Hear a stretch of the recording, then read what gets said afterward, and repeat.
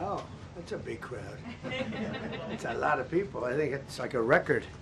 So these are accomplishments. We have a lot of accomplishments, and as you know, this is the anniversary, first anniversary, January 20th, and it's been an amazing period of time. We have a book that I'm not going to read to you, but these are the accomplishments of what we've produced.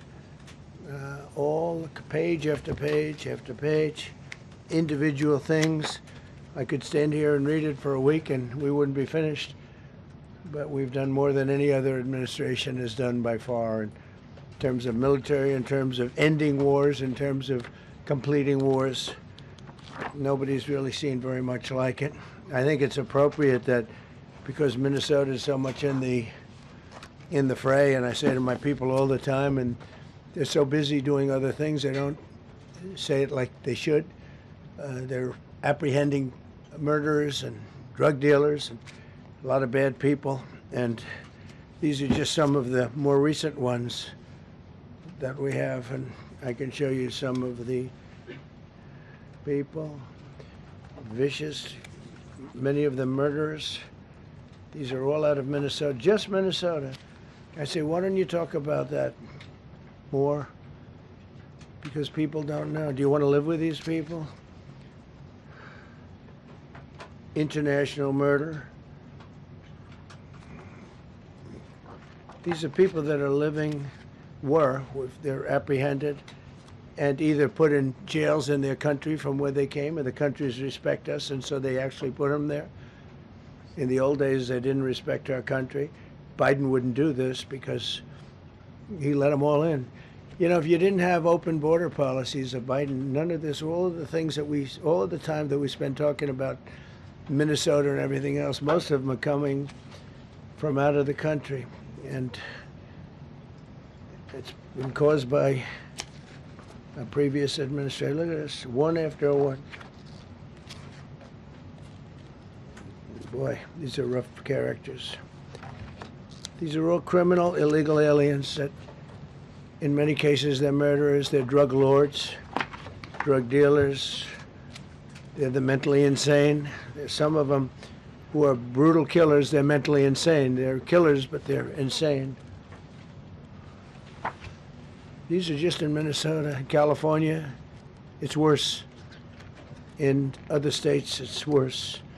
Now, Minnesota, the crime is incredible. The financial crimes are incredible. And the problem is because of the agitators and insurrectionists, whatever you want, troublemakers, but they're paid agitators and insurrectionists. Nobody talks about the fact that $19 billion at a minimum is missing in Minnesota, given to a large degree by Somalians. They've taken it. Somalians, can you imagine? And they don't do it. A lot of very low IQ people, they don't do it. Other people work it out, and they get them money, and they go out and buy Mercedes-Benzes, and they come from here, they have no money. They never had money. They never had a life. They never had a government. They never had a country, because there's basically no country. Somalia is not even a country. They don't have anything that resembles a country. And if it is a country, it's considered just about the worst in the world. They come here and they become rich and they don't have a job. I was told that Ilhan Omar is worth $30 million. She never had a job. She's a crooked congressman. So here is another one. And I have, oh, by the way, we just took out, these are all what ICE is doing. And it's a dangerous job. These are rough people. Weapons. This one here is very bad.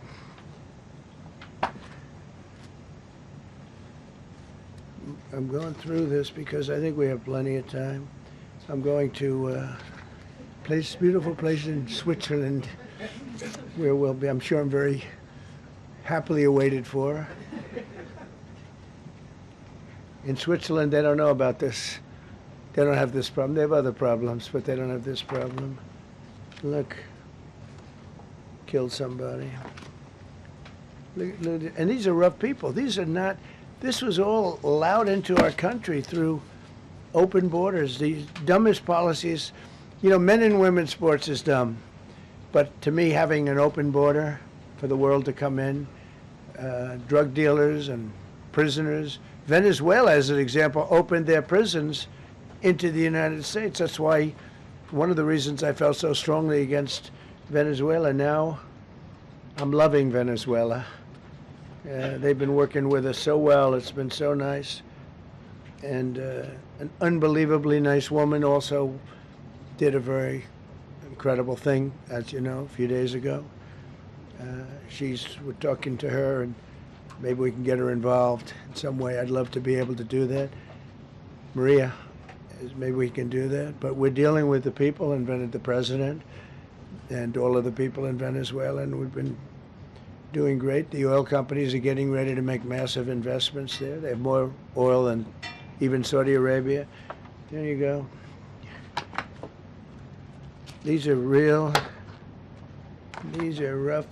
This is all Minnesota, every one of them. This is one state out of many. And these people are, let's see, yeah, these are all, so far, people that came from outside of the country. They were allowed in by Sleepy Joe Biden, Crooked Joe Biden, whichever you like. You can call him whatever you like. They're both right. He's sleepy and he's crooked. He was the worst president we've ever had. And we've had some bad ones, too. I can tell you, all you have to do is look at trade. You're not getting bored with this, right? I hope you don't. But these are people that you have to see. Strong-arm rape, aggravated assault with a weapon, and many other crimes.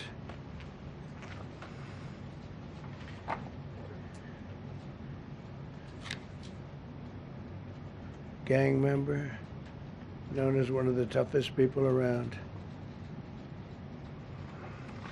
These are tough people.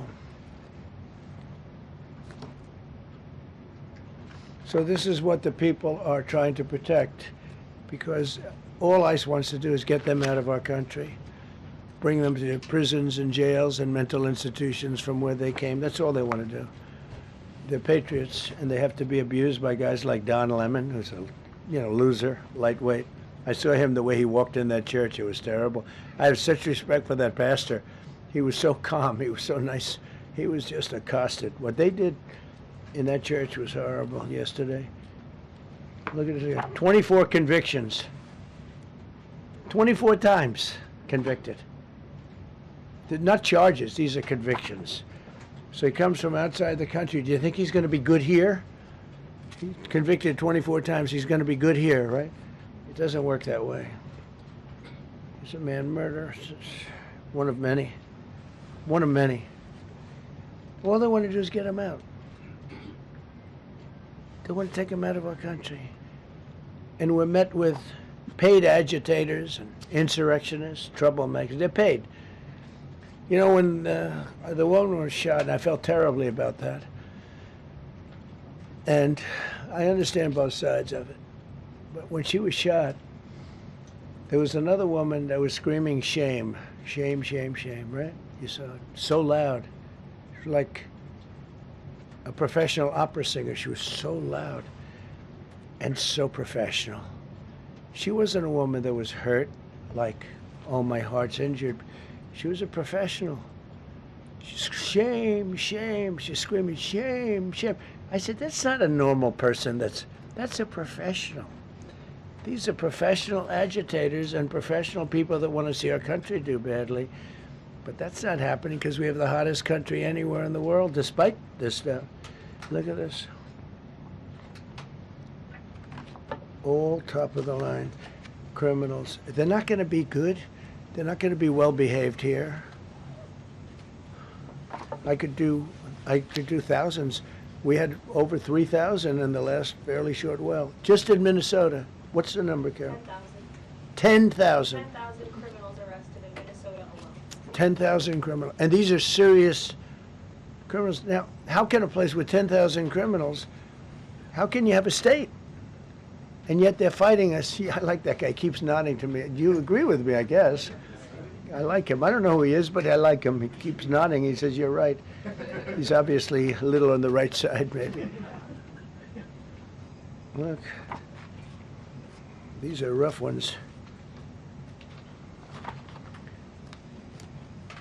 So this, we just took this off a stack. We have many stacks like this. Like, I could go 30 times what I'm showing you now.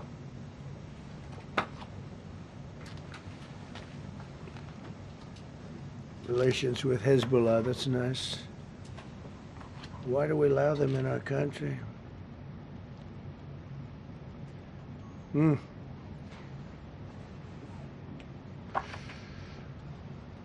just looking at these charges. It's just pretty incredible. Many murderers, many murderers. People that murdered.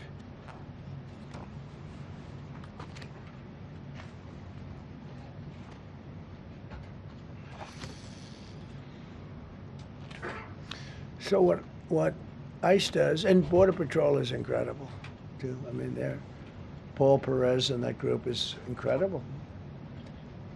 Mostly Hispanic, by the way. They're like 60% Hispanic. You know, they talk about Hispanic. They're mostly Hispanic, right? And they're unbelievable people. And then they say, oh, we discriminate against. I love Hispanic.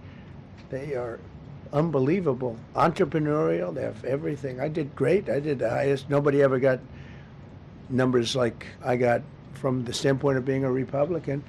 But even if you look at Texas, I won the entire border along Texas, between Texas and Mexico. It never happened before. Nobody's ever done that before. I did it. As a Republican, I did it. I love the Hispanic.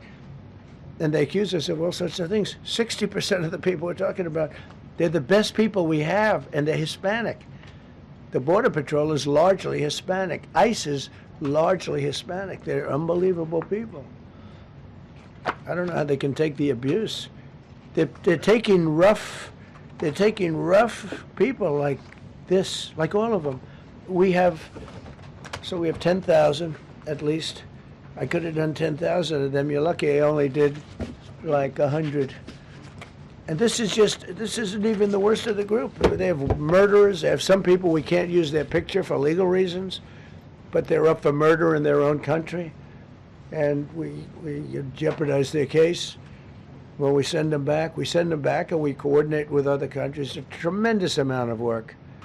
All allowed in here by an open border policy of the worst president in the history of our country. A man that didn't win the election, by the way. It was a rigged election. Everybody knows that now. And by the way, numbers are coming out that show it even more plainly. We caught him. So I just want you to know that it's a terrible thing. Here's the book on accomplishments, and this is something. Ooh, I'm glad my finger wasn't in that sucker. That could have done some damage, but you know what? I wouldn't have shown the pain. I would have gone back. What, did you hear that? That was nasty. But I would not have shown the pain. I would have acted like nothing happened as my finger fell off. That was a nasty. I think somebody did that. It was him. It was my man. How were you? You didn't do it. I know you did. I know you didn't. So, but here's the book. These are all things we have. I'm going to read a few of the samples, but look at this. These are all, each line is something that we did. Nobody did that before. And it's big stuff, too. Look, we have the hottest country in the world. So, I will read you a few. We ended Biden's stagflation. We were in stagflation. That's a disaster. That's far worse than inflation. As you know, he had the biggest inflation in the history of our country. They say 48 years. Pick your choice.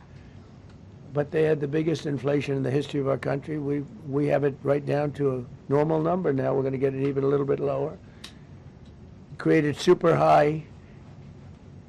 What we've done with growth is incredible. We created super high economic growth, and America is booming. It's booming. There are thousands of businesses right now that are being built. Many of the biggest factories in the world are being built right in our country. They're not going to other countries. They're leaving other countries. Fourth quarter GDP is on track to pass perhaps much more than 5% growth, and that's despite the fact that we had a Democrat shutdown. They shut down our country, and we had 5%. Nobody in this room has ever heard about 5%. I think it could be 20% if we do it right. If we don't, every time we have good numbers, they raise interest rates. You shouldn't do it. In the old days, if you had good numbers, they'd lower interest rates, or they wouldn't do anything. Here they try and kill it. They always try and kill success. Over the last 20, 25 years, that's the way. In the old days, if you had good numbers, the market would go through the roof. Today, if you have good numbers, the market goes down. But by the way, we've had the best stock market in history, the best 401ks in history, and we inherited a mess. The numbers that we inherited were way up, and now we brought them, almost all of them, way down. We brought them way down. I mean, I'm not getting, maybe I have the bad public relations people, but we're not getting it across. We inherited high numbers, and we brought them way down. And look at gasoline. They have places in the country now, $1.99 a gallon. $1.99, $2.30, $2.50. I guess the average now they're saying is $2.31. I mean, he was at $4.50 and $5 for periods of time. And he went back to the Trump formula, but he didn't do it properly, and he really went back to parts of it because you would have had $8 gasoline if they didn't. But he didn't do it properly. He had people that didn't know what they were doing. Core inflation for the last 3 months is 1.6%. 1.6. Their core inflation was so high that nobody could even calculate it. Under Biden, real incomes declined $3,000. Think of that, $3,000. That's a year. In 12 months, Trump real incomes went up by $2,000 and $3,000 and even in some cases $5,000. It's a tremendous difference. Stock market has set 52 all-time record highs during the course of the 11 months, because this was done on 11 months. Now we are actually officially 12 months as of today. 52 all-time record highs. That means 401ks did great. I have people see me all the time, policemen that guard us really well, and got to know them a little bit. And they said, "Sir, you're making me look so good. My 401ks through the roof. My wife thinks I'm the greatest genius, that I'm a financial genius, like Warren Buffett." He told me that. He said, I think they have better returns than Warren Buffett right now. But he said, all my life my wife has been criticizing me for not being smart financially. Now all of a sudden she loves me more. But we added $9 trillion in value to retirement accounts, saving many people. I mean, they were going out of business. Think of it. We added $9 trillion of value to retirement accounts, savings accounts, and 401ks. That's during the course of 12 months. And I think it's probably 11 months because I don't think they have it for the 12. They have it for the 11. Added $9 trillion of value. Lifted more than 1.2 million Americans off food stamps in 1 year. They would have had another 1.2 million. We would have had, welfare would have gone up. And instead of investing $18 trillion in our country, now it's probably more than that, but $18 trillion and having thousands of plants being built all over the country, you would have had thousands of plants closing all over the country, and you would have had disinvestment, and you would have had welfare going way up. You know, if you look at SNAP, take a look at SNAP, what happened with that? It was at $7 billion, and it came out to over $51 billion. Nobody has ever seen anything like it. The past administration, they had no clue. Or they were really bad, but they basically had no clue. But they did have a concept. I mean, they're still trying to sell the idea of men playing in women's sports. You saw that in the Supreme Court. I mean, some of those justices were fighting for them, too. They were fighting for them. But you saw that just the other day in the Supreme Court. Men playing in women's sports doesn't work. Secured a record-breaking $18 trillion in commitments for new investments. Apple, NVIDIA, SoftBank, Oracle, TSMC, Johnson & Johnson, Eli Lilly and Company, Micron, AstraZeneca, General Motors, Hyundai, Ford, Honda, GE Aerospace, many, many others. I left a Ford plant a week ago in Michigan that they were going to close 2 years ago, and now they just announced that they're going 24 hours around the clock making cars. Tariffs did it. I don't know what the Supreme Court's going to do. I think to me it reads so plainly. Couldn't be plainer. You're allowed to do a license. Tariff is probably less severe than what a license could be. But think of it. You're allowed to do a license, and then they have a clause at the end, something to the effect, or what is necessary, something to that effect. And what is necessary with tariffs. I don't know where there's a case even there, but we've taken in hundreds of billions of dollars, and if we lose that case, it's possible we're going to have to do the best we can in paying it back. I don't know how that's going to be done very easily without hurting a lot of people. But we're waiting for that case anxiously, and we have tremendous national security because of tariffs and tremendous income. You know, we have, and by the way, no inflation. So everyone said, oh, tariffs will cause inflation. We have no inflation. We have very little inflation. Biden had inflation, and he didn't do tariffs. We had a huge problem. We have a 62% reduction in our trade deficit. So if you had a 1% reduction, a normal president would have a 1%, 2% reduction. Everybody would be high-fiving. Had a 62% reduction. Next year we won't have a trade deficit. We secured most favored nations agreements to slash drug prices by as much. To me, I think this might be the biggest thing of all. We get zero talk about it. The New York Times had a story way in the back of the paper, a little story about it. I think it's the biggest thing there is when you talk about health care. Drug prices will go down more than ever before for any country because we were priced at such a level that we were subsidizing the entire world, big place the world. We were paying 10, 12, 13 times more than other countries. 13 times more, not 13%, 13 times more. A pill that was selling in London for $10 would sell in New York for $130. It's 13 times.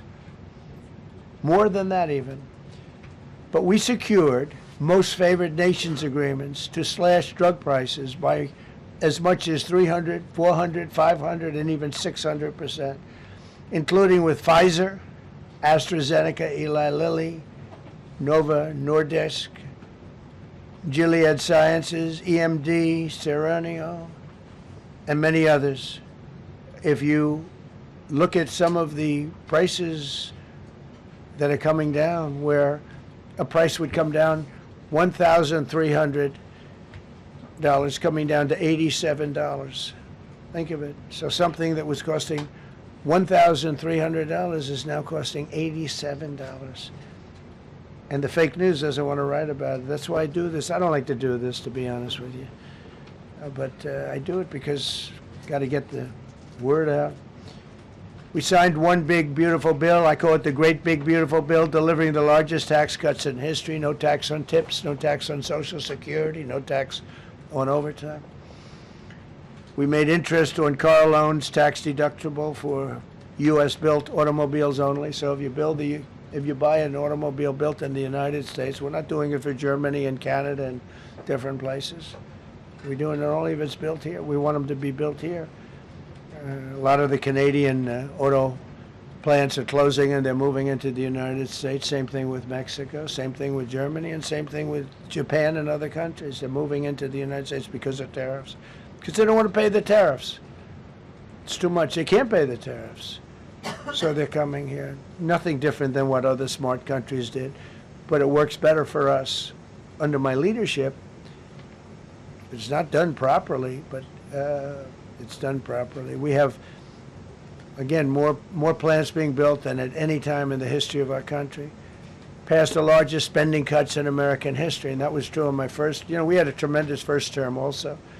We rebuilt our military. We had one of the best. We had the best economy in the history of our country, but we're blowing it away now. When this stuff starts opening up, you're not going to see anything like it probably ever again.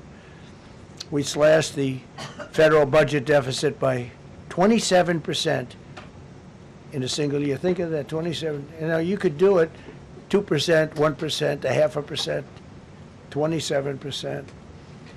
And that's with all of the things we have to do, all of the people we have to put on the payroll to get rid of people that are murderers.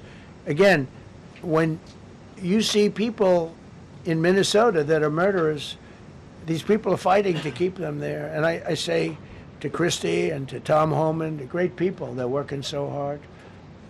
Look at the border. The border is now secure. First time, Biden said you couldn't do it. You need legislation. I had no legislation. I said close the border. Within 1 month, we had almost nobody coming in. Now for the last 8 months, nobody came into our country illegally. And I find that hard to believe because you'd think somebody, because it used to be millions of people just poured into our country. And the people that do that are Democrat, sort of aligned. So, I mean, they're not doing me any favors. We had nobody come in. We have a very strong border. We have very few people coming up. They're not going to make the trek because they know they probably won't be coming in. So it's not as hard as you think. But I didn't have to go back. Remember, they said, we need legislation to close the border. They had millions of people coming in a month. We have nobody coming in, and we're getting the murderers out. Murderers, people from prisons and jails. Many countries opened up their prisons and dropped them into the United States. Those are the people we're getting out. And we have a lot of heart. And I said, you got to lighten up on this. We have a lot of heart for people. They came in illegally, but they're good people, and they're working now on farms, and they're working in luncheonettes and hotels and all. And we're looking to get the criminals out right now, the criminals. And I think it's very important. I mean, every once in a while you see a story, we take somebody. He should be out because they came in illegally. So in theory, they should be. But we're focused on the murderers, the drug dealers, the mentally insane. We have a lot of mentally insane killers. I mean, you can't even talk to them. It'd be nice if you could have a little reason, but you can't even reason. These are seriously ill people. You have a couple of countries where they were loaded up. Their mental institutions and insane asylums were loaded to the gills. They couldn't get. They're empty now. But they're filling up because we're bringing them all back. We know where they came from. And every country accepts them. You know, under Biden, they wouldn't take. They had so little respect that they'd bring them there, and they wouldn't take them. They said, get the hell out of here. They would be bringing a plane in to land in a country, and they'd put 5 planes on the runway so you couldn't land the plane. So they'd come back with the people that they were bringing back. They don't do that with me. They do that with me. They have problems. They don't do it. They accept them back. They're not happy about it, but they accept them back. Cut a record number of regulations. I promised to eliminate 10 old regulations for every one new regulation. Instead, we cut 129 old regulations for each one added. Think of that. I wanted to do 10. In my first 4 years, I did. When we put on a new regulation, you had to cut 8. This year I said you have to cut 10. Instead, we cut 129. So every time, so far, can't remain like that, I don't imagine. I hope I can, because we have so much wasted regulation, stupid regulations. Regulations where they go by California, which is a disaster state, with a governor that truly is doing a bad job. He's killing that state. If he ever ran the country, this country would be Venezuela. Very quickly. Using tariffs slashed the U.S. trade deficit by an incredible 77%. The trade deficit is down, and that doesn't include the last month where we had our best month. We slashed the trade deficit by an incredible 77% in 1 year with no inflation, something that everyone said could not be done. So we had essentially no inflation. In fact, the last month we had almost no inflation. But we slashed the trade deficit by 77%. If you slashed it by 1%, that was good. Again, we did that with tariffs and intelligence. We did that with November 5th, great election. We secured historic trade deals to reduce barriers on U.S. exports with countries covering 40% of all U.S. trade. Think of that. American exports are up by more than $150 billion this year. People said, oh, we're not an exporting. All we do is buy. If you keep buying, you're not going to have a country for very long. So we increased exports by more than $150 billion. Investment in American factories is up 41%. That's a record. Nobody goes 41% up. You go 2% up, 1% up. You go down by 3%. If Kamala got elected, the 41% up would be 41% down. We removed over 270,000 bureaucrats from the federal payroll. That's another thing. So we have, we announce our unemployment numbers, call it unemployment or employment, and they were very good. But we could make them great. But we've slashed tremendous numbers of people off the federal payroll. Because ultimately, if you're on the federal payroll, I mean, we have jobs where they had 10 people for every job. So we cut. Now, if you want to see some good numbers, I'll hire 1 million people. We cut millions of people off the federal payroll. I don't like doing that, but the good news, I don't feel badly because they're getting private sector jobs, and they're getting sometimes twice as much money, 3 times as much money. They're getting factory jobs. They're getting much better jobs and much higher pay. But all I have to do is say, like, what the Democrats do all the time. They hire 1 million people, and then they hire another million. They load it up, and it says, oh, they only have a 3% unemployment rate. It's a fake rate. So with us, we're proud of the fact that we cut so many because, again, I don't want to cut people. But when you cut them and they go out and get a better job, I like to cut them. And sometimes they have to be forced to do that because, it's like they want to stay where they are. They don't know. And then all of a sudden they end up, we have many cases, Caroline, where people were devastated. They hated Trump. I got caught from my very boring federal job where they had, again, sometimes 10 people to do one job. And they were very upset. And now they ended up with a job where they get paid 3 times more money. They're ending up buying houses. It's like crazy. So they went from not liking me to liking me a lot because it's hard to get. We need people. We need people. It's one of the reasons. I mean, when you have good people in the farm or good people in hotels and everything else, we want to work with them as much as we can. Under Biden, 1 out of 4 jobs added was a government job. Think of that. So 25% of the jobs added. That's when you know that, that's 25% of the jobs aren't real jobs. But again, I could do that. I could add 2 million jobs right now, would have an unemployment. I could say just hire some more people. I do the opposite. I say get rid of everybody that's unnecessary because that's the way you make America great again. When you have, all these jobs where people are sitting around doing nothing and they get a lot of money by the government, it's no good. But that's what the Democrats do. They show, we were at 4% unemployment. That's a good number. But they just add jobs, or they wouldn't cut. They would never cut jobs. Under Trump, 100% of all new jobs created have been in the private sector. Think of that. Not 1% has gone to federal. So under Biden, 1 out of 4 was a government job. Under Trump, 100% of the new jobs created, 100% came from the private sector. That's how you make your country wealthy and strong and good.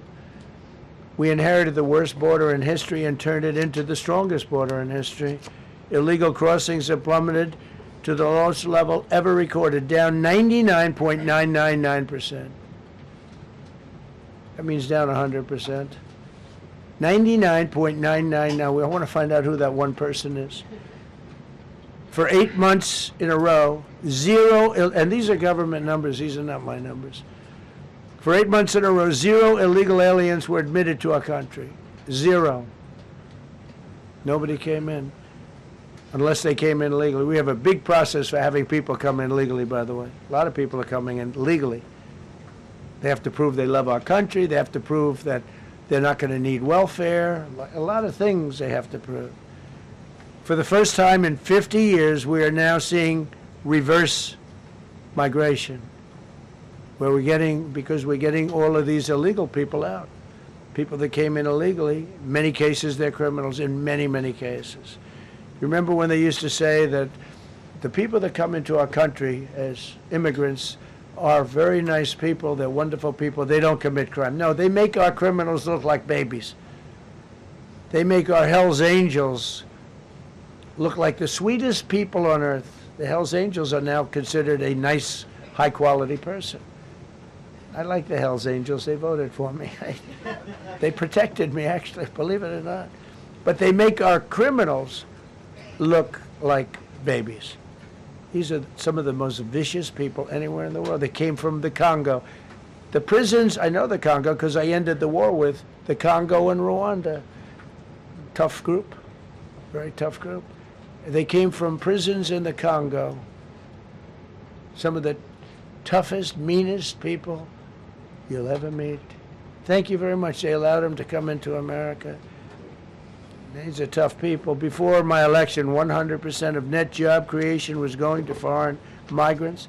Since my inauguration, 100% of the net jobs created have gone to American-born citizens. That's a big thing. In other words, we're now taking care of our people. 100% of net jobs created have gone to the American-born people. Before that, we didn't care. Designated Tren de Aragua, MS-13, and the Mexican drug cartels as foreign terrorist organizations, and we've hit them hard. You've seen what we've done on the water. We're starting to do that on land. The land is much easier, actually. Water is incredible. We did that on the water so that when you do it on the land, they don't go to the water. Nobody's going into the boat business right now, I can tell you. 97% down drugs coming in by water. Think of it, 97%. Nobody ever heard of that before. They heard 2%, 1%. It went up 2%. 97, and we're looking for the 3%. Who the hell are the 3%? They're crazy. But we've taken out almost 100% of the drugs coming in by water. Now we're going to be very shortly starting drugs coming in by land. We know exactly where they're coming from. Remove tens of thousands of illegal alien gang members, drug dealers, murderers, child predators, human traffickers, fraudsters, savage criminals, and others. We removed them from our country. They're out. They're gone. In some cases, they're so dangerous that we put them in jail because we don't want to give them to their country. Their country doesn't do anything, and they end up coming back. We have some that they're so bad that we don't want to really release them. We want to put them in a jail where we know they're properly ensconced. Think of that. Remove tens of thousands of illegal alien gang members, drug dealers, murderers, child predators, human traffickers, fraudsters, and savage criminals. Why wouldn't you want them removed? The reason is because these are insurrectionists that are doing this work. And, you know, they're going to make mistakes sometimes. ICE is going to be too rough with somebody, or, you know, they're dealing with rough people.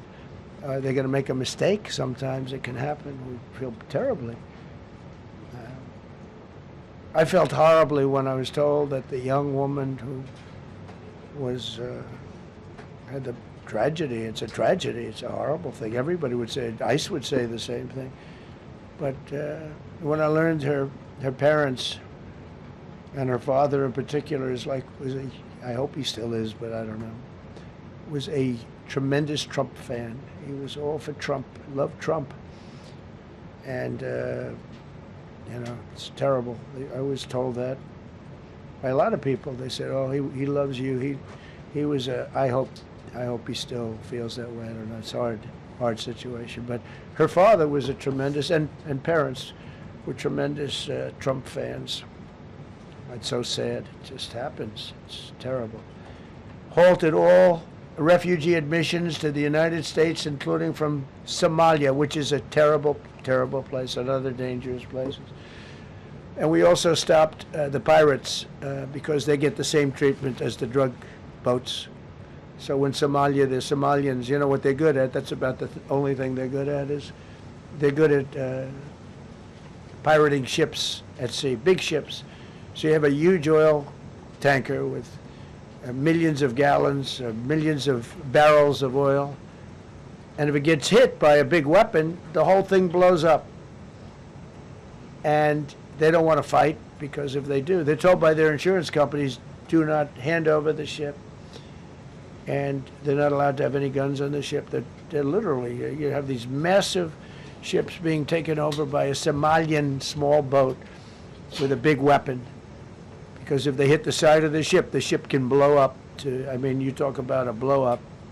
Bad. We've seen some bad things happen. And the insurance companies, some of these ships cost more than $1 billion to build, and the insurance companies say, look, we'd rather give them money than take a chance on $1 billion insurance policy. But they don't have to worry about it because we hit them the same way we hit the people with the drugs in their boat. They don't know what the hell happened. But all of a sudden, there are no pirates at sea. Do you notice? We haven't had a boat taken in a little while. Came out of Somalia, really corrupt place. It's not a country. They don't have government. They don't have anything. I always hate to see this. Ilan Omar, she comes from Somalia, a backward country, probably the worst country. They say it's the worst country in the world, if it's a country. I don't even think it's a country. There's no organization, no anything. They don't have police. They don't have military. They don't have anything. They just have people running around, killing each other and trying to pirate ships. But she'll come here, comes, and then she wants to tell us how to run our country. The Constitution says that I am entitled to this. I can't stand her. Terminated all taxpayer-funded benefits for illegal aliens and kicked 275,000 illegals off of Social Security. They were illegally getting Social Security. 275,000 people. I'm telling you, it's not that this is pleasurable, but if I weren't elected president, this country was going to be destroyed quickly, very quickly. I think within a year, if you had Kamala or a Joe type. I mean, Joe was a disaster, but if you had Kamala, he was the replacement. I was up by like 25 points on Joe, and they said, hey, let's get somebody else. This never happened. Well, I had so many firsts. You're leading somebody by a lot. And they say, oh, let's take him out, let's put somebody. That's like I said to Dana White the other night. I said, you know, Dana, it's like you have a fighter, two fighters, one guy is winning by a lot. And they say, oh, let's take this guy out, let's put a new fighter in the ring with him. That's what happened to me. I was doing great with Biden. The whole campaign was against Biden. All the money was spent against Biden, and all of a sudden I got Kamala. Everyone said, who the hell is she? But that didn't work out too well for them, but never happened before. We are about lots of firsts. Designated English as the official language of the United States of America. We did that very powerfully. And while we're at it, we also took the Gulf of Mexico, and now it's the Gulf of America. Because we have 92% of the shoreline. It always bothered me. I'd say, you know, we have most of the shoreline. Mexico has a small percentage, talks about 8%. We have 92%. And I said, why is it the Gulf of Mexico? It should be the Gulf of America. I was going to call it the Gulf of Trump, but I thought that I would be killed if I did that. I wanted to do it. I wanted to. My people worked so hard. Sir, I don't think it'll look too good. I'm telling you, it's a good thing. And it'll be hotter than ever, I said. No, but I decided not to do that. I'm joking, you know, when I say that. I was not going to call it the Gulf of Trump. Because tomorrow it'll be, Trump wanted to call it the Gulf of Trump, but he was rebuffed by his people. My people don't rebuff me too much. The Gulf of Trump, that does have a good ring, though. Maybe we could do that. It's not too late. No, we have the Gulf of America now. It's great. Our country is proud for the attack on Venezuela, the attack on the Iran nuclear capability, wiped it out. I mean, first administration, Soleimani, the father of the roadside bomb, al-Baghdadi, the father of ISIS, who was rebuilding ISIS. We wiped them out. Done a great job. Signed an order that will end birthright citizenship for children of illegal migrants. You know, that case is in court right now. That case was meant for the children of slaves. All you have to do is look at the years. Look at the years where the cases were filed and where the decisions were made. They were right at the end of the Civil War. They're trying to say that, you know, in China's making a big business out of that. They come to the country, they have a child, they're American citizen, they get all the benefits. It had nothing to do with that. That was for the children of slaves. And I hope the Supreme Court so rules. designated fentanyl as a weapon of mass destruction. It is. We lost, I believe, 300,000 people this year. 300,000 people. That's like filling up one of those big football stadiums 5 times. It's not even believable. I mean, you could be in a war and you wouldn't lose that many people. So we designated fentanyl a weapon of mass destruction. Conducted numerous successful military strikes against narco-terrorists operating in our hemisphere, including the water strikes. Drugs brought in by ocean. So I told you that we're down by, close to 100%. It's hard to get somebody to pilot those boats. Very hard. They have to be people that don't watch television, don't read the news. And we just blew up their facility. They had a docking facility where the drugs were stored. And now we have a great relationship with Venezuela. We're getting along fantastically with the leadership in Venezuela, so we wouldn't have to do that. This was done before the attack. But we captured and brought to justice the outlaw dictator of Venezuela, Nicolas Maduro, who, through drugs, killed millions of people in our country. Tremendous drug dealer. Also sent millions of people into our country, including Tren de Aragua, the worst gang. They say it's the worst gang in the world. They took over parts of Colorado. They just take the apartment building. They just took it away. Just took it away like we're here. They cut the hand off one man because he called the police. Who called the police? I did. You took my apartment from me. Boom, no hand. This is what they sent us. Restoring law and order, new category. D.C. and Memphis, federal task forces deployed massive numbers of federal law enforcement officers and National Guard to restore safety. Crime down in D.C. is almost down to nothing. D.C. was a very, very dangerous place, and I think you probably know better than I do. I have a lot of people in the media thanked me for that, but some of them found it hard to thank me. But, D.C. is now, look how beautiful. D.C. is now, you can walk right from here to a restaurant, right through the center of town. You can be with your child, with your loved one, with your lover. Your lover's not going to be killed anymore, so you can act like a real lover. But you can walk right through the middle of the town, and D.C. is beautiful again, too. You notice we took all the fences down, almost all. The rest are coming down. We got the graffiti all off. National Guard's been amazing. We didn't tell them to do that. That's not their job description. But they were picking up garbage and everything. They were great. And I don't know. To me, a town, it looks better when you have military people. These are big, strong guys, are bad guys. Look at them and they say, we're not going to mess around. But what they don't know is that we took over 2,000 people permanently out of D.C. These were career criminals. But I feel much better seeing those people there. I went in a couple of times and had dinner in D.C. I walked right down the middle of the street. I felt very safe. A year ago, I couldn't have done that. I would have been crazy to have done that. Secret Service wouldn't let me do it. They weren't thrilled anyway, I will tell you. It wasn't like they were thrilled, but we did it, and it was great. But D.C. is a great thing, and we have virtually no crime in D.C. anymore. And before we did this move, and we could do the same thing with Chicago. We brought Chicago down 25%, even though we just had a minimal crew there. We brought Wisconsin down. We brought Minnesota down, way down, even though everything's a fight, because they want to keep those people that are lying on the floor. They want to keep those people in Minnesota, but they really don't. I don't think the real people of Minnesota, it's a very corrupt place, and the elections are totally corrupt. I feel I won it all 3 times. Nobody's won that state since Richard Nixon. It's a rigged state. And the Somalians vote as one group, even if they're not citizens, and they vote as one group, and you get 600,000 votes against you. They all ought to get the hell out of here. They're bad for our country.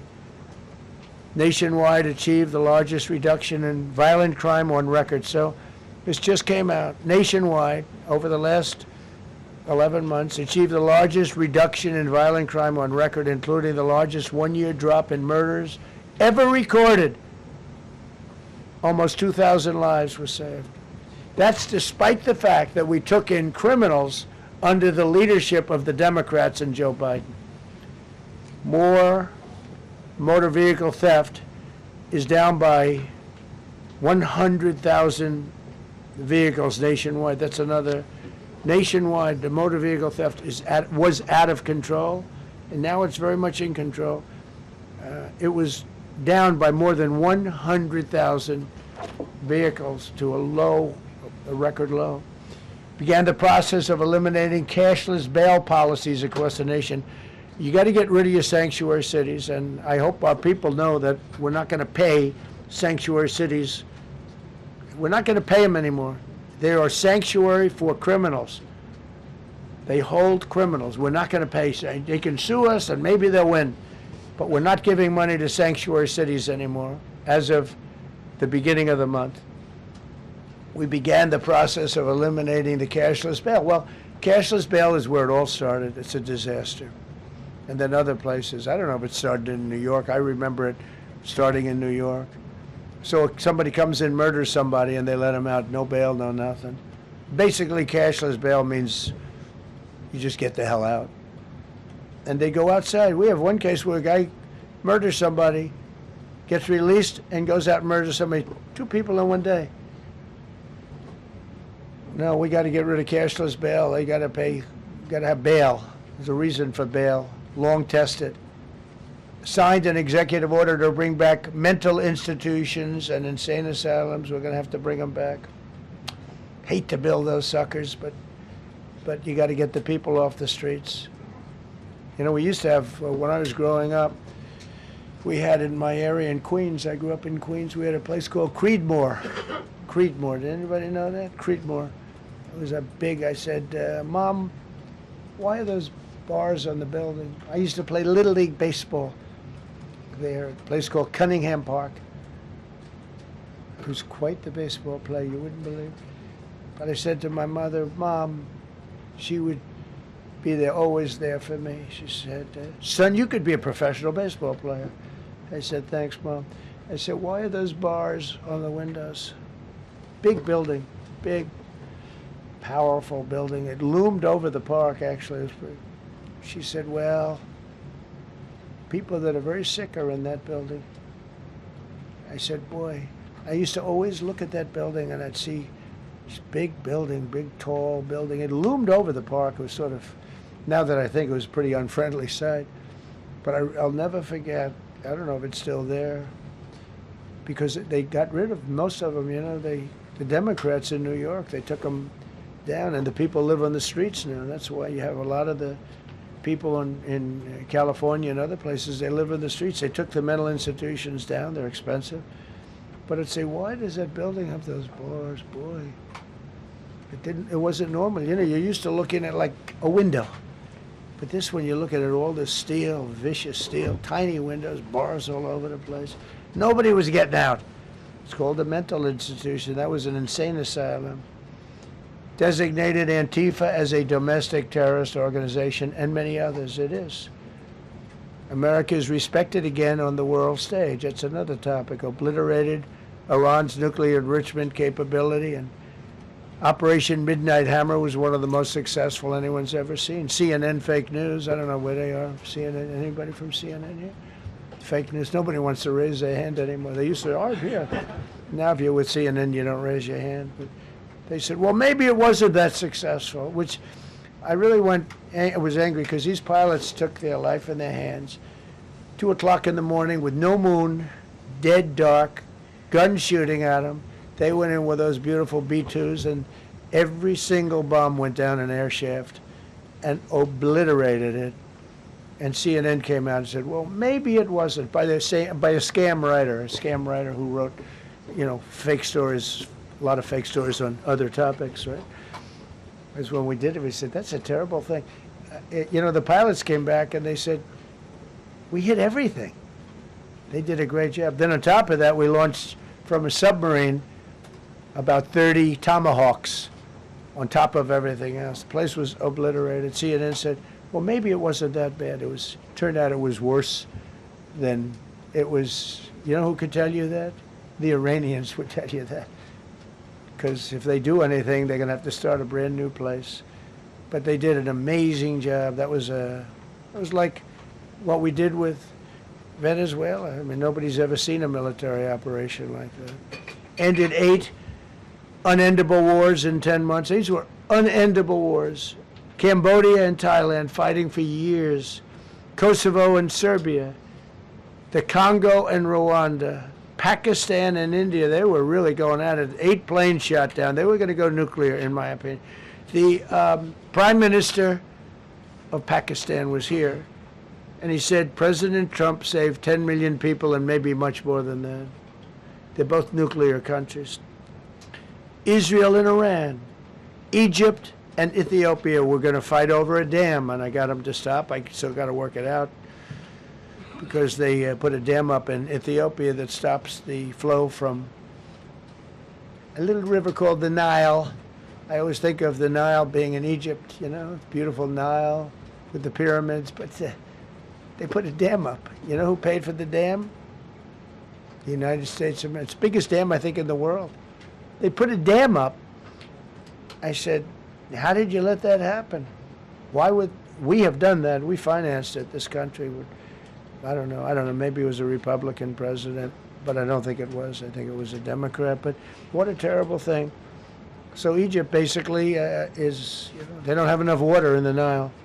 And they use that for a lot of things, including entertainment and travel and tourism and everything. I mean, I don't know. They got a big dam. I got to work that one out now, too.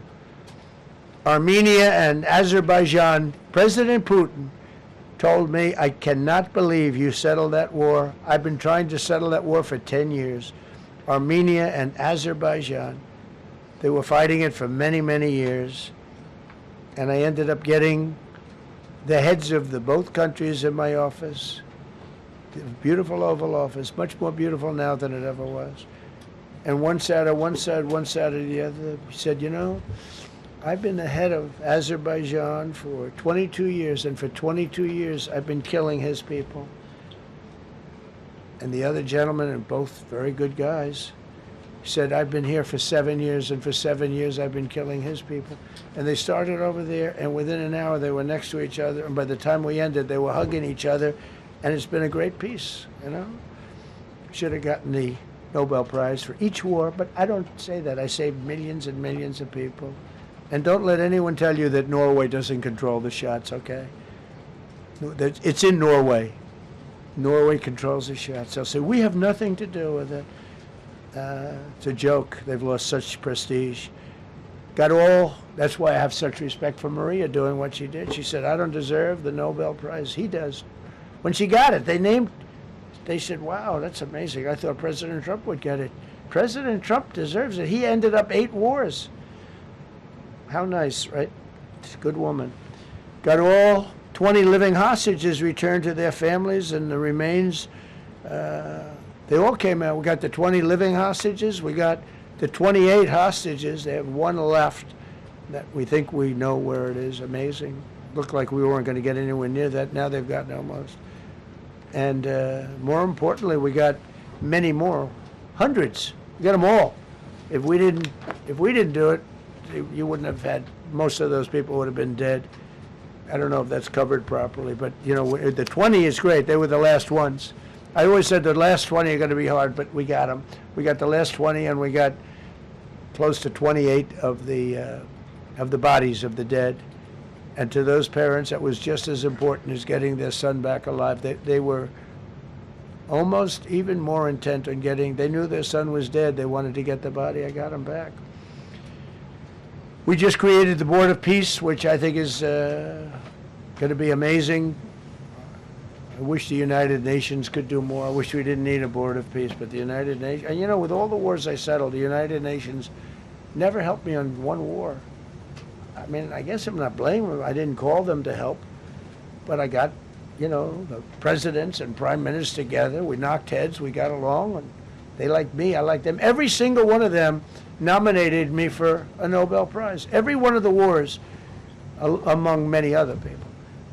nominated me for a Nobel Prize. But Putin told me, I cannot believe you got this war settled. I've worked on it for 10 years because it's his territory. Rescued 83 American hostages and citizens detained from abroad without paying a lot of money. Paid no money. Apprehended terrorists responsible for the Abbey Gate bombing that claimed the lives of 13 U.S. service members in Afghanistan, the lowest point in the history of our country. That was a Biden disaster. I was getting out, but I was getting out with dignity and strength. We were the boss. Oh, we were the boss. They wouldn't do a thing against us. And this very stupid person got in, and what a shame. They should have left from Bagram, which is the big military base, which has hundreds of acres around it. Should have left from Bagram. Terminated visas of Hamas sympathizers and deported pro-jihad foreign nationals. Got NATO members to agree to raise defense spending to 5% of GDP from 2%, and they paid the 5%, and they didn't pay the 2%. And by the way, I did more for NATO than any other person alive or dead. Nobody's done for NATO. And I think for the most part, they'll tell you that. I think you could ask the Secretary General about that, but he said it a lot. I've done more for NATO than anybody, and I see all this stuff, but NATO has to treat us fairly, too. The big fear I have with NATO is we spend tremendous amounts of money with NATO, and I know we'll come to their rescue, but I just really do question whether or not they'll come to ours. You know, I'm just asking. Just saying, right? You remember during the debate? Just saying. Signed $1 trillion investment in U.S. military. And next year, we hopefully will go to a $1.5 trillion. We're building battleships that are 100 times more powerful than the battleships of World War II, which are the big, beautiful, those big, beautiful things with the guns. I said, what about bringing them out of dry dock? They said, sir, what we're building will blow them away. Think of it. These ships are 100 times more powerful than the battleships that you see on Victory at Sea. Do you ever see Victory at Sea? What a great thing that is to watch. Renamed the Department of Defense into the Department of War, which everyone loves, by the way. Signed landmark critical minerals deals with Australia, Malaysia, Thailand, Ukraine, Japan, and many others. We're going to have so much rare earth. It's actually not that rare. Getting it processed is rare, but there's a lot of rare earth. There's a lot of earth around, I can tell you. Withdrew from the corrupt World Health Organization, where we were paying hundreds of millions of dollars a year. So we were paying $500 million a year, and China was paying $37 million a year. I said, why aren't we paying the same as China? They said, well, nobody asked. I said, China's got 1.4 billion people. We have 350 million, probably, with all the illegals, you know. China probably knows more accurately. But we have much smaller in terms of the number of people. We have a much more powerful military, but we have much smaller. I rebuilt the military during my first term, by the way. And while they gave away a lot to Afghanistan, the Taliban, which was just horrible seeing them, every year seeing them do that military down some dirty street is a disgrace. But while Biden gave a lot of it away, it's a tiny fraction compared to what we did. I rebuilt the military, and now we're continuing to build it. And bigger and better, we need it. Peace through strength. But we withdrew from the corrupt World Health Organization. So I remember we were paying $500 million. They were paying 37 or 39 million. And I said, how come? So I withdrew, and they called, we'll give you the same deal that they had. I said, well, it should be less than that, because if they're at 37 and you have 3 times, 4 times the number of people, even maybe 5 times, I don't know. So it should be less, but I didn't want to chisel around. And I thought about it. So I could have taken 500 million to 37, and everybody knew it. I chose not to do it because it was actually very popular when I got out, because they were terrible. And so I chose not to take that deal. First thing Biden did is go back into it. You know what he paid? More than 500 million. So I actually called them. I said, you know, you can buy it for less. You can make a deal at 37. There's no reason to pay 500, they didn't care. They paid more than 500. Did you know that? They paid more than 500 million. I made a deal at 37. I could have had 37. They were public about it. We'll give you the same deal that China has for 37. And they paid 500. They paid $500 million. That's the way you ruin a country. And it's the same attitude that, you have on everything else with these people. They were terrible.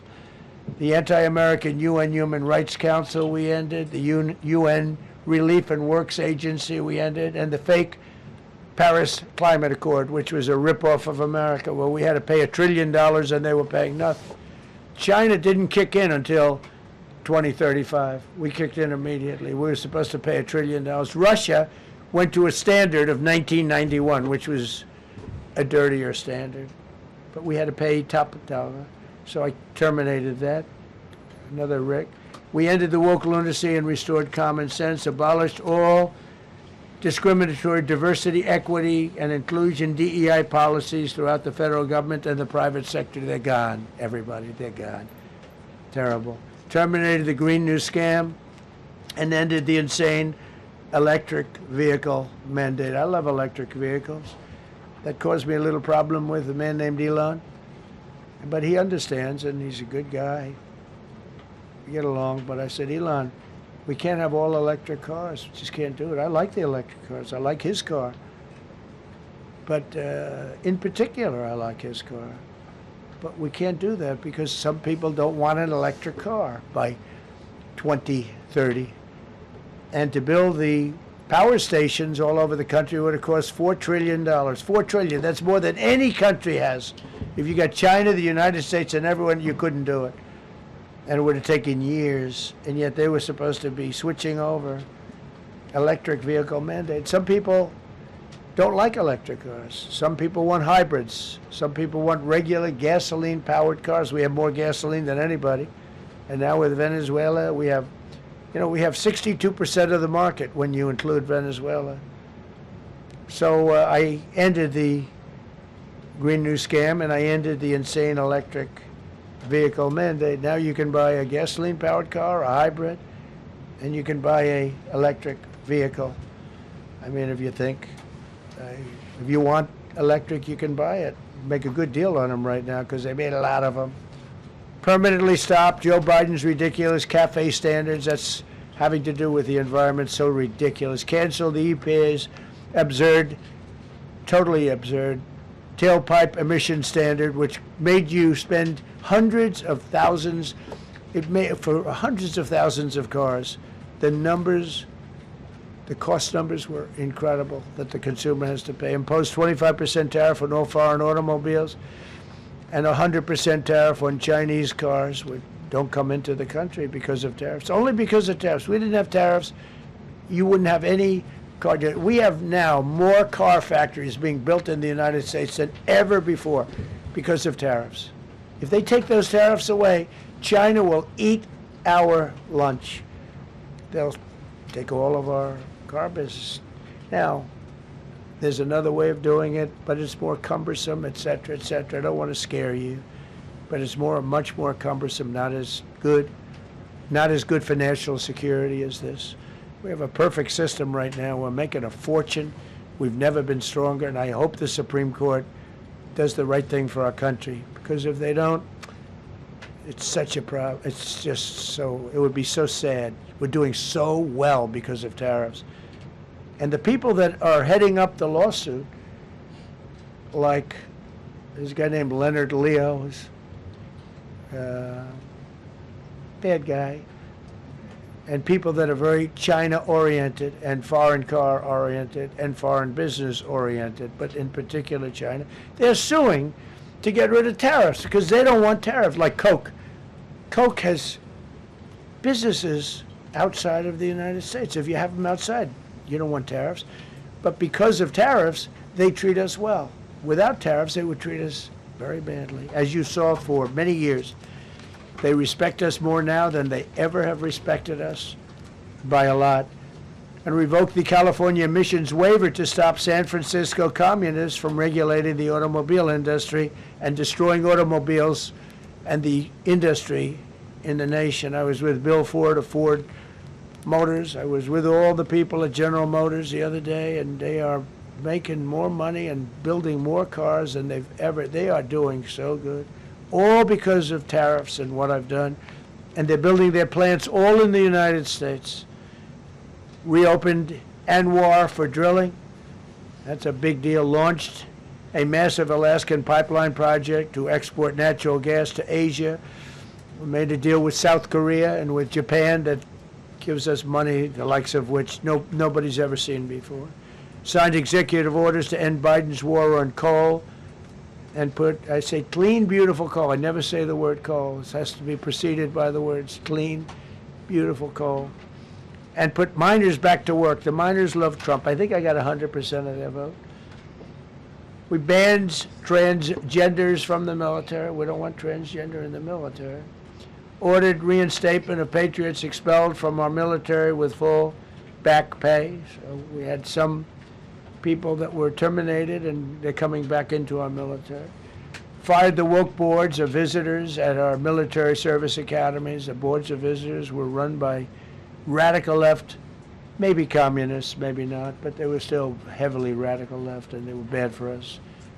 Signed an executive order to remove anti-American propaganda from federal museums and national parks. Required the federal employees to return to work in person or be fired. We don't want them sitting in their home or in their bed working. We want them in an office that we're paying for in Washington, D.C., or wherever it may be. And we've largely taken care of that mess. That was crazy. I guarantee you they're out on the ball fields. I guarantee you they're out playing golf. And you can't run a country or a company that way. I think it's happening even so with countries and companies. But we had so many of our federal workers, they wouldn't come into work. Signed an order banning all government censorship and restoring free speech. Made it the official policy of the United States government that there are only two genders. This was not a tough one. Two genders. Can anybody guess what they are? Male and female. I think the Democrats know that too, but they refuse to admit it.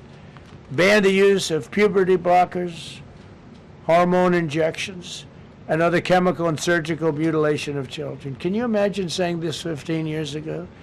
That we banned the use of puberty blockers, hormone injections, and other chemical and surgical mutilation of our children. You know, when I say it, I say, do I have to say that? I actually asked my people today, yes, sir, because that's where the country went. Banned men from playing in women's sports. Big Supreme Court case on that. I mean, I can't believe it. Some of the justices were fighting hard for men to be able to play in women's sports, a couple of them. I can't imagine it, but I think anybody that rules that way should lose a lot of credibility. But we banned men from playing in women's sports. All you have to do is look at the records, look at weightlifting records, look at swimming records, look at track and field. It's not fair. It's very demeaning to women. Banned transgender ideology and critical race theory from our schools. Secured unprecedented settlements with Brown University, Columbia University, and many other colleges, including the University of Pennsylvania, where I went, the great old Wharton School of Finance. To restore fairness and merit, we're working with Harvard right now. They've been very anti-Semitic. Terrible what they've done. And we'll see what happens. I hear we have a deal, but who the hell knows with them? They have a lawyer that wants to show how hot he is. Ended taxpayer-funded student loan forgiveness for radical left and anti-American activists. Can you believe it? Began the process of abolishing the Federal Department of Education and returning education back to the states. And Linda McMahon is doing a fantastic job. Ended Joe Biden's weaponization of our government and removed his hand-picked radical left Marxist prosecutors from the Department of Justice, like deranged Jack Smith. He's a sick son of a bitch. They gave me the worst of the worst. And here I am. How did that happen? How did that happen? He's a sick guy, and Letitia James is sick, and Alvin Bragg is sick. They're sick people. and others. Fani, you can't call Fanny. She doesn't like it. She wants to be called Fani. Fani Willis. I won, can you imagine? Putting somebody through that? And then if I suggest that somebody may be guilty of a terrible crime, oh, he's weaponizing government. Trump is weaponizing government. It's terrible. Can you imagine? They say to me about weaponize, I don't weaponize anything. But what they did to me, nobody ever went through what I went through. And here I am in a place called the White House. It's a beautiful place. Who would have thought, right? Signed legislation to cut all taxpayer funding to woke and biased NPR and PBS, and they're sort of gone now, I guess. I heard they closed up. They were terrible. They were so unfair. They were so terrible. Officially reinstated Columbus Day. I like the name Columbus Day. The Italian people are very happy about it. Remember, when you go to the voting booths, I reinstated Columbus Day. That was an easy one. Christopher Columbus. Cut Social Security wait times by 50%, serve 65% more Social Security recipients by phone, and are on track to doubling the service and performance compared to the Biden administration. We're 2.5 to 3 times better and faster. Slash VA claims backlog to the lowest number ever recorded. Created Trump accounts starting with $1,000 for every newborn baby. This is something that's become so popular, and I give Mr. and Mrs. Michael Dell Computer, who put in $6.25 billion, started with nothing, and he actually invested all that money to give to kids so that when they grow up, they have an account that might be worth a lot of money. It'll be riding with the markets, and they can, at 20 years old, 21 years old, they could have $100,000. They could have a lot of money. That's going to be amazing. But I give a lot of credit to Mr. and Mrs. Michael Dell.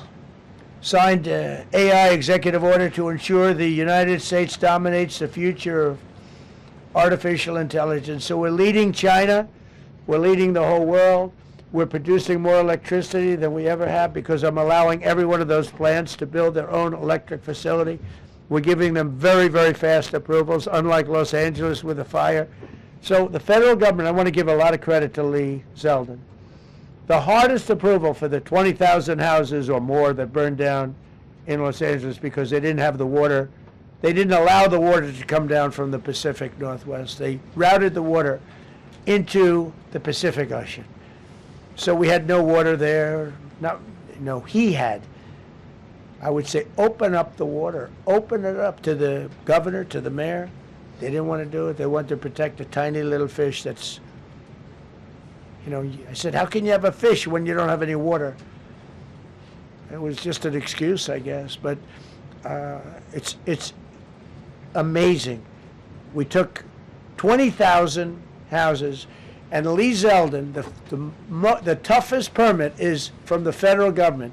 Within 2 weeks, every single permit was given to the people to build their houses.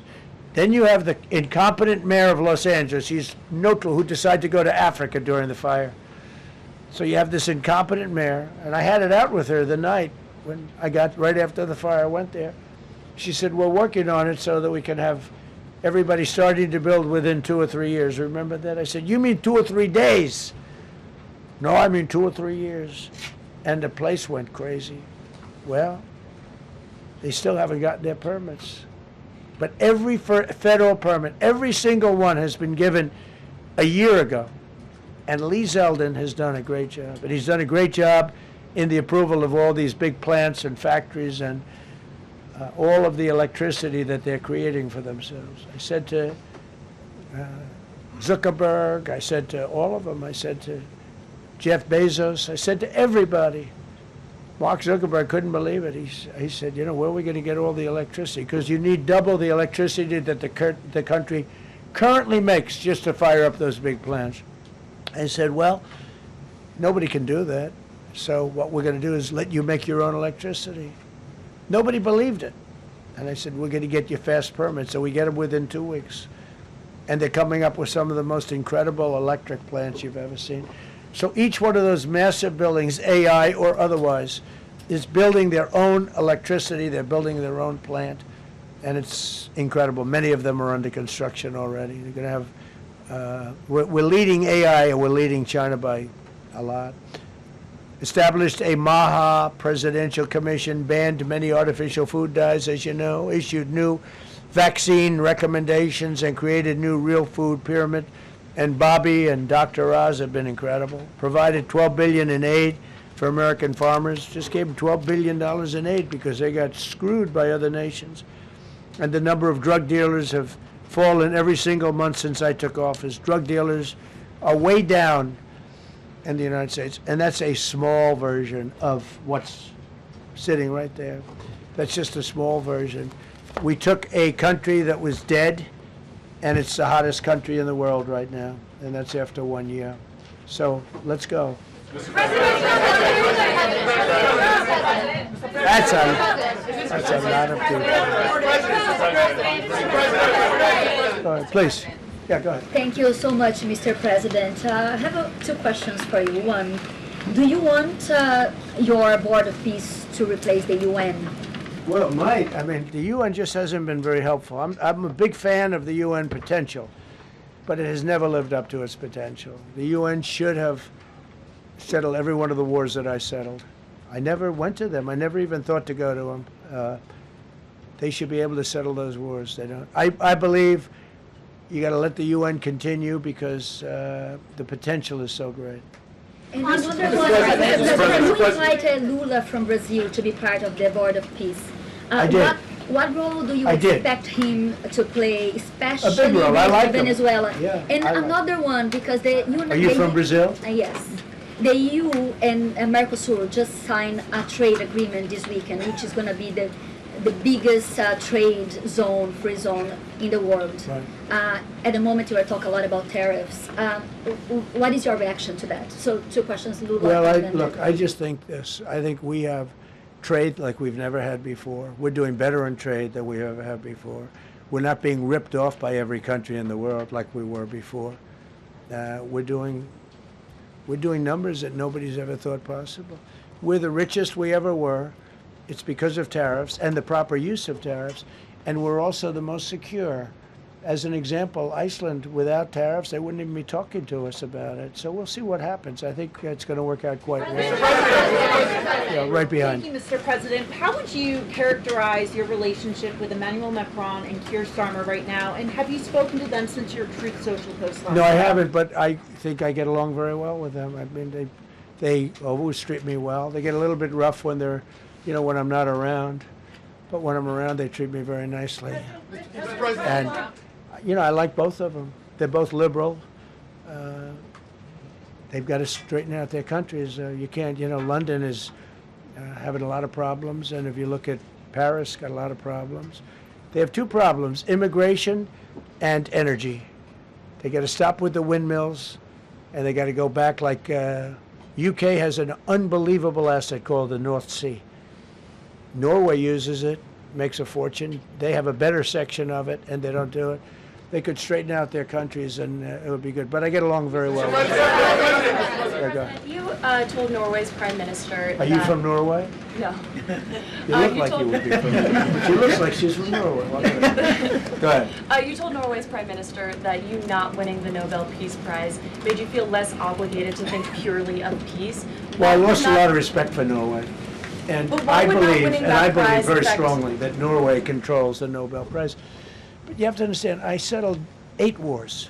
I've had every one of those wars, every participant wrote, I didn't ask them to do it. They sent in strong they make recommendations for that. But I settled 8 wars. No president's probably ever settled 1 war. I don't know, think of it. I did 8. The reason I do it is because it's easy for me to do. And I didn't do it for a Nobel Prize. I did it because I'm saving a lot of lives. I'm trying to settle the final one. I'm trying to do Russia-Ukraine. And when Russia's ready, Ukraine's not. When Ukraine's ready, Russia's not. But they're losing 25,000 people a month on average. And I'm trying to get that one done. But no, I But I feel that Norway has tremendous control over who gets the Nobel Prize, despite what they say. How far are you willing to go to acquire Greenland? You'll find out. Mr. President, Kevin Hassett has said that those $2,000 tariff rebate checks would be up to Congress to decide whether or not to disperse that. Do you agree with Kevin Hassett on that, or do you think you can do that unilaterally? No, I don't think we would have to go the Congress route, but we'll find out. The reason we're even talking about it is that we have so much money coming in from tariffs that we'll be able to issue at least a $2,000 dividend and also pay down debt for the country. But we'd do a $2,000 dividend to the people of our country. Would probably set a limit of, income limit where it made sense. But we will be able to make a very substantial dividend to the people of our country. I believe we can do that without Congress. Last night on Truth Social, you said that the British plan to hand the base of Diego Garcia over to Mauritius and then rent it back was an act of great stupidity. Previously, you've backed that deal. Is it now your position that the deal should not go ahead? I think that they, when they originally were going to do it, they were talking about doing some concept of ownership. But now they're looking to essentially just do a lease and sell it. And I'm against that. It's a reasonably nothing like Greenland, but it's a reasonably important area of the globe. Not to anywhere near Greenland, but I think they should keep it. I don't know why they're doing it. Do they need money? Mr. President, with your support to the Syrian government, most probably you avoided another civil war and a bloodshed in Syria, especially after the fall of the regime. I did a good job. And, the Syrian government, the last 2 weeks, had to use some force to implement its force on specific areas.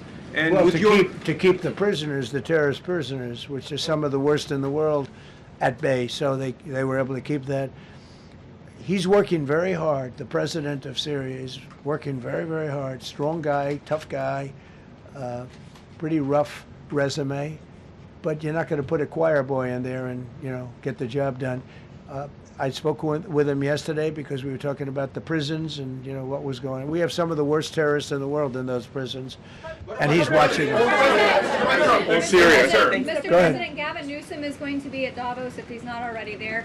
You're probably going to run into him. I presume that this is for him to raise his platform for 2028, but what do you anticipate his foreign policy platform is going to be? I don't know. I mean, I don't know that he's going to be the nominee. I know this. I had a very good relationship with Gavin Newsom when we were, in office together. I was president. He was the governor of California. We had he would talk about it often, and somewhere we just went astray. I just hate the way California is being run. We actually have people leaving. It's never happened before, but I hate the way it's being run. He and I had a very good relationship, really close to the word exceptional, but now we seem not to. Thank you, President Trump. President Trump, you spoke earlier. Mr. President, you've been hearing from allies. Thank you so much, President Trump. Kara Castronovo from Lindell TV. And you spoke earlier about the 2020 election.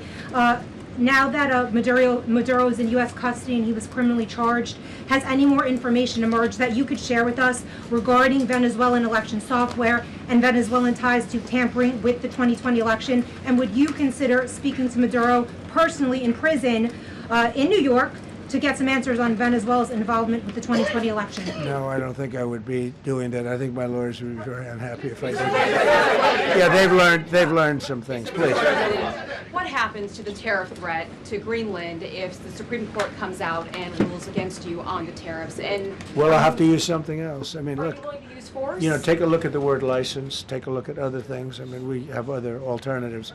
But what we're doing now is the best, the strongest, the fastest, the easiest, the least complicated. Sir, if you move ahead with the Greenland-related tariffs on Europe, you secured almost $1 trillion of commitments from them to invest in the United States. Does that go kaput out the window if that happens? I doubt it. Look, they need that agreement very badly with us. They really do. They fought very hard to get it. So I doubt that, but we'll see what happens. We have a lot of meetings scheduled on Greenland. I'm leaving tonight, as you know, for Davos. and we have a lot of meetings scheduled on Greenland. And I think things are going to work out pretty well, actually. Thank you, Mr. President. Will you still go to Paris for the G7 emergency meeting as offered by President Macron? No, I wouldn't do that.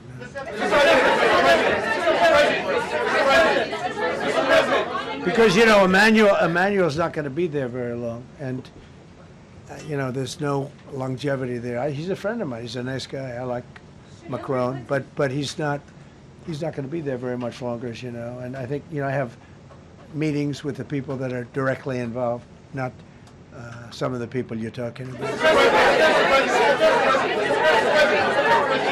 Thank you so much. Thank you so much, Mr. President.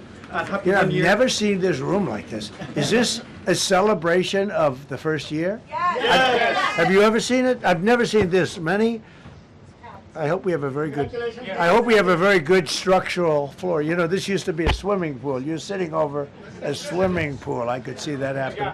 But this, we need a good structure here, don't we? Huh? Yeah. Thank you so much, Mr. President. Happy 1 year anniversary. Thank you. And my question is on Syria. The Kurds, as the most loyal U.S. partners, facing attacks by some Syrian elements within the Syrian government. Will you do to ensure the Kurdish rights protected and their effective forces against terrorism in Rojava, Syria continued, as the Kurdish see you as a president does not abandon his allies? Well, I like the Kurds, but just so you understand, the Kurds were paid tremendous amounts of money, were given oil and other things, so they were doing it for themselves, more so than they were doing it for us, but we got along with the Kurds, and we are trying to protect the Kurds, that's correct. Ahead of your speech in Davos, can you give us a preview of what we can expect as far as, you know, laying out the plans for Americans to be able to buy homes? I think more than anything else, what I'm going to be speaking about is the tremendous success that we've had in 1 year. I didn't think we could do it this fast. Think of it, it's just now 12 months, and you know, I say it often, we have the most successful country in the world, we have the hottest country anywhere in the world by far, and this country would have been absolutely stone cold dead. And I'm going to be talking about it. I'm going to be, because, you know, a lot of them could use some of the advice as to what we did. They need energy. You take a look at their energy policy, they're going to destroy themselves with what they're doing with the windmills and all the nonsense. They need energy help badly, or they're going to be in big trouble, and they need immigration help badly. How much longer do you want to go? Call with. I do. I have a very important call with President Erdogan, who I like a lot. One or two more questions. Go ahead. Thank you, Mr. President. During Go ahead, the second, please. Go ahead. One Thank you, question Mr. about the President. people we had one. Yes, Thank you, Mr. the President. red blouse. Go ahead. You talked a lot at the beginning of this about the economy, some positive economic indicators. Polling shows a majority of Americans don't feel the economy is doing well. Are you worried you're making the same mistake as President Biden? By No, telling I hope I don't make the same mistake as him. Look, I inherited a terrible, it's a great question, because we inherited a terrible, terrible mess between the border, between all the problems. The whole country was falling apart. And in 12 months, less than 12 months, in 12 months, we have the strongest border we've ever had. We have prices that are much, much lower than they were for the last. We inherited very high prices. We inherited, remember this, inflation was at a historic high.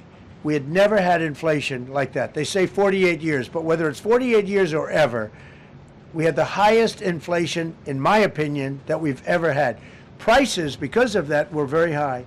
I inherited, we brought down eggs immediately. Remember the first news conference, they were screaming at me about eggs. I was in the position for 2 days, and we brought eggs down to lower than what they were before. And by the way, they continue that way. We brought the prices down from when I came into office and from what Biden had, way down. We're going to bring them down further. But the job we did is a miracle. One of the reasons I'm doing this today is to explain. We inherited a mess, and we've made it a beautiful, beautiful picture.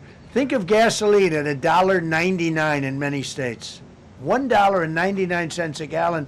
It was $4.50, $5, in some cases $6 or $7. We're at $1.99. And energy is so big that with energy, everything else comes down. But the prices are coming way down, and we're going to bring them down further. But we started up here with these guys. We inherited a country that was broken.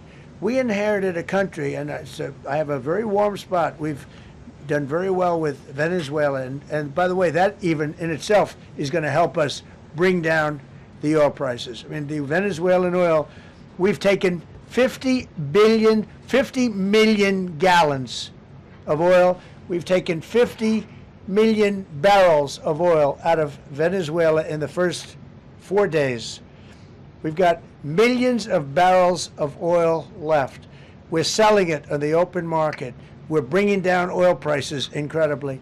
And when they come down, and they've already come down, again, $1.99 a gallon for oil. Nobody thought they'd ever see it. All right, one or two more. Go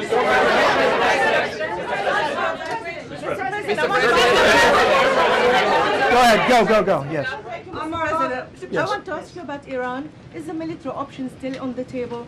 And can you assure us that the killing in Iran has stopped? And when regard to the Peace Council, which members have to pay $1 So with Iran, are you from Iran? No, I cover the White House. Where are you from? I'm Palestinian American. So with Iran, they were going to hang 837 people, and I let them be known that, and we let them know that if that happens, that will be a very bad day for them. And they decided not to do it. They didn't hang the people. I can't tell you what's going to happen in the future, but supposedly they've taken that off the table. But they were going to, last week, they were going to hang on Thursday or Wednesday.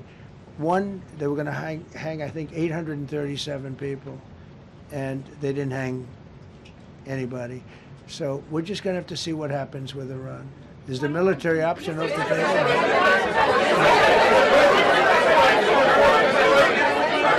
Go ahead.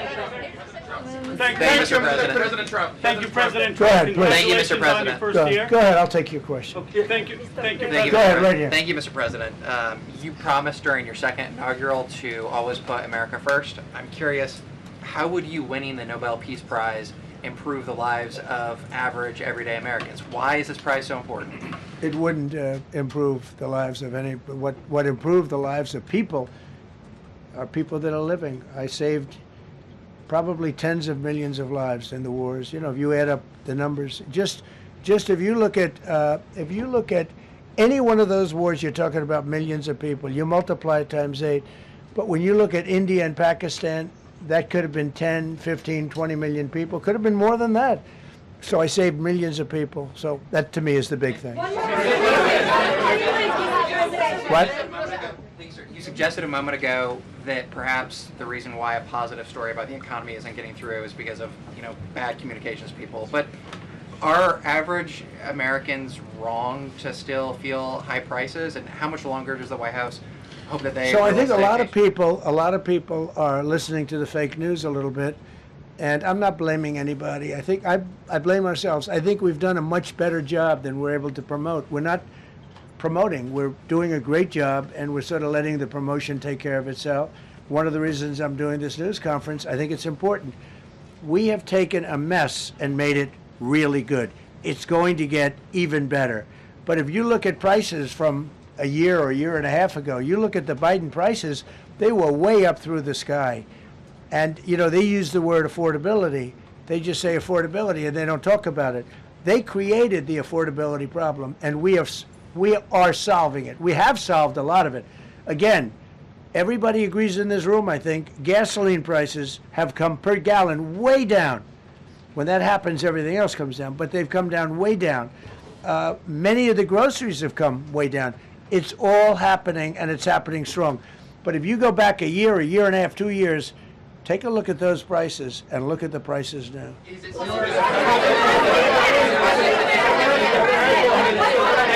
Mr. President, on Venezuela, you made a condition. Where are you from? I'm from Spain. Nice place. Thank you. You made a condition that the political prisoners should be freed. It seems that they are not being as fast as they promised in the beginning. Would that be an issue for the current government? They've agreed that they're going to let, I guess, most of them out. Or depends on what they did. But they have released a lot of Mr. President, Earlier on last year, you had mentioned, you had indicated that you wanted to take back the Panama Canal. I know we've heard a lot about Greenland. Is that still on the table? I don't want to tell you that. Sort of. I must say, sort of. That's sort of it. Okay, one more. Yes, blonde, blue. Yes, go ahead, ma'am. Go ahead with the blue, holding the computer.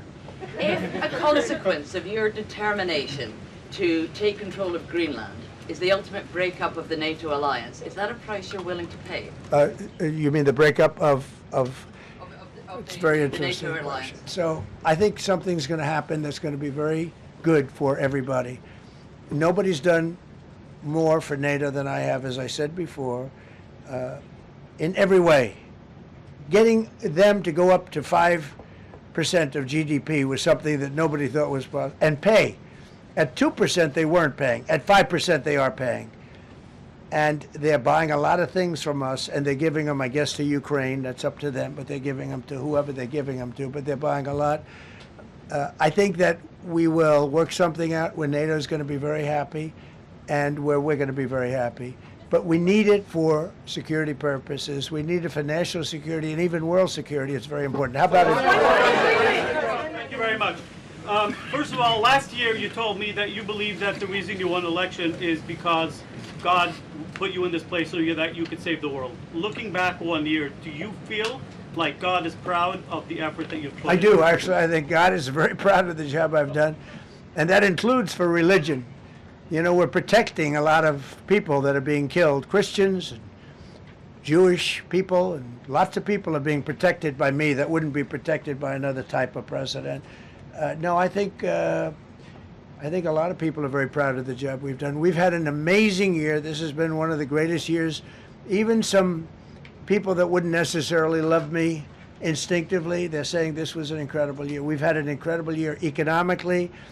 Look at our border. Our border was a disaster. People poured. It was an invasion into our country of a lot of very bad people. Good people too, but a lot of very bad people from prisons and drug dealers and gangs and horrible people, murderers, thousands and thousands of murderers allowed into our country. And we now have the strongest border of any country. There's probably not a country, I guess North Korea has a pretty strong border, by the way, but there's not a country in the world that has a border like we do. And we took it from the worst border. We had the worst border in the world. Now we have one of the strongest borders in the world. One more question. Mr. President, you said you're confident something's going to get worked out in Greenland, but Greenlanders have made it clear they don't want to be part of the U.S. Well, what gives the U.S. the right to take away that self-determination? When I speak to them, I'm sure they'll be thrilled. Mr. President, are you committed to keeping the U.S. in NATO? I've had such a good relationship. I've made it so much better, so much stronger. It's so good now. NATO is so much stronger now. I don't agree with a lot of the things they've done, but that was done before I got there. I think NATO's been good. Sometimes it's overrated, sometimes it's not. But we have a strong NATO. When I came here, we had a weak NATO. We had a NATO at 2%, and they weren't paying. You had a nothing NATO. NATO's, whether you like it or not, it's only as good as we are.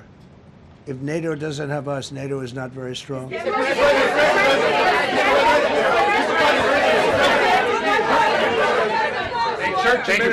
Yes, no, behind you, please. Thank you, President Trump. Yes, go ahead. Greatly appreciate it, sir. We heard a long list of accomplishments from the last year. Could you cherry pick the top three? And then looking forward, what are your three most important priorities in 2026? So I think the building of a really powerful military has been a great achievement, and that would include the Venezuela thing, that would include the attack on Iran and the wiping out of the nuclear threat. I think that's been really amazing what we've done militarily. I think what we've done in business has been incredible. We have $18 trillion coming in. Plants are being built all over. Thousands of plants are being built all over the country. 18 trillion is a record. No country has ever come anywhere even close to that. I think that's a record. And I think that most favored nations for drugs is something that nobody thought they'd be able to get. Tariffs helped me there because the nations would have never gone along with it if I wasn't able to say If you don't go along with it, we're going to put a 10 or 15 or 20% tariff on your nation. And they went along. And our drug prices are going to come down at numbers never even seen before, never even thought possible before. So those would be three things. Thank you. Thank you all very much. Thank you very much.